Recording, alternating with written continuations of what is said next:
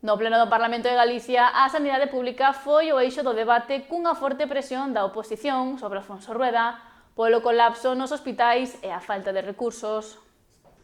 O Pazo do Río volveu a acoller unha nova sesión do pleno do Parlamento de Galicia, momento no que os partidos da oposición puideron aproveitar para lanzar preguntas ao presidente da Xunta, Alfonso Rueda, afondando así en temáticas que actualmente preocupan na sociedade.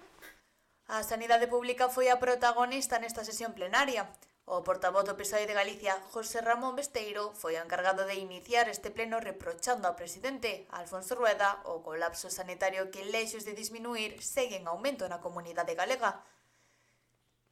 Índose pola liña do financiamento, deixou claro que son necesarias as inversións nos servizos públicos. Ten que dar a cara, explicar ese modelo que ten vostede de financiamento, sentarse a negociar como van a facer outras comunidades autónomas.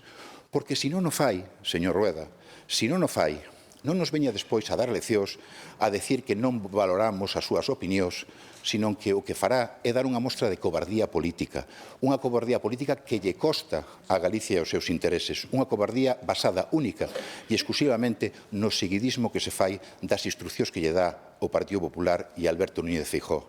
Responda como presidente e actúe dunha forma valente, séntese a negociar, millore ese financiamento e millorará a vida de todos os galegos e galegas. O rexedor da Comunidade Galega respondeu atacando ao Ministerio de Sanidade e ao Goberno Central. Defendeu que os servizos e dereitos dos cidadáns son importantes para o seu partido, recalcando os orzamentos aprobados neste ano. Sabe como se garante o funcionamento dos servizos públicos? Quere falar de cartos? Falemos de orzamento. Levamos un mes de execución do orzamento do 26, como todos os anos, como debe ser. En España, e, por lo tanto, tamén Galicia afectada, seguimos co do 22. E moito máis alá. Xa vimos onte un goberno chantaseado, sin punch, a merced dos que lle quitan unha cousa por un lado e por outra, non foi capaz de sacar nada adiante, señor Besteiro. A única cousa porque tuvo o apoio do Partido Popular, o apoio do transporte público. Por tanto, así non se poden xestionar servizos públicos. Servizos públicos se xestionan cun orzamento sin déficit, cun endeudamento completamente acotado e sin deixarse chantasear. Mire, acabamos de aprobar ese orzamento, como lle decía, máis fondos que nunca para servizos sociais, para sanidade, para educación, para todo o importante, para que funcionen os servizos públicos. Un 3,2% directamente dedicado aos servizos sociais, cos cambios, coas reformas que sexan necesarias. Para eso sirve ter un orzamento. Na quenda da portavoz do BNG, Ana Pontón, tamén resaltou o colapso que están a vivir as urxencias e a atención primaria nos hospitais. Asegurou que o que leva facendo o Partido Popular en todos estes anos é deteriorar a sanidade pública e favorecer a privada, algo que enfatiza está ligado á súa ideoloxía.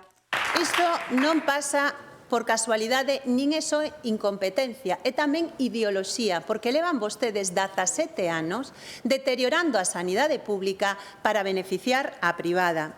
Recortou 1.650 millóns de euros en atención primaria, por eso hai lista de espera para ir ao médico ou a médica de cabeceira. Ten 11.000 nenos e nenas en pediatra, máis de 360.000 persoas esperando para unha atención hospitalaria e maltrata o personal sanitario que é extraordinario, pero que está nunha situación límite. 54% de precariedade en enfermería, 48% en medicina.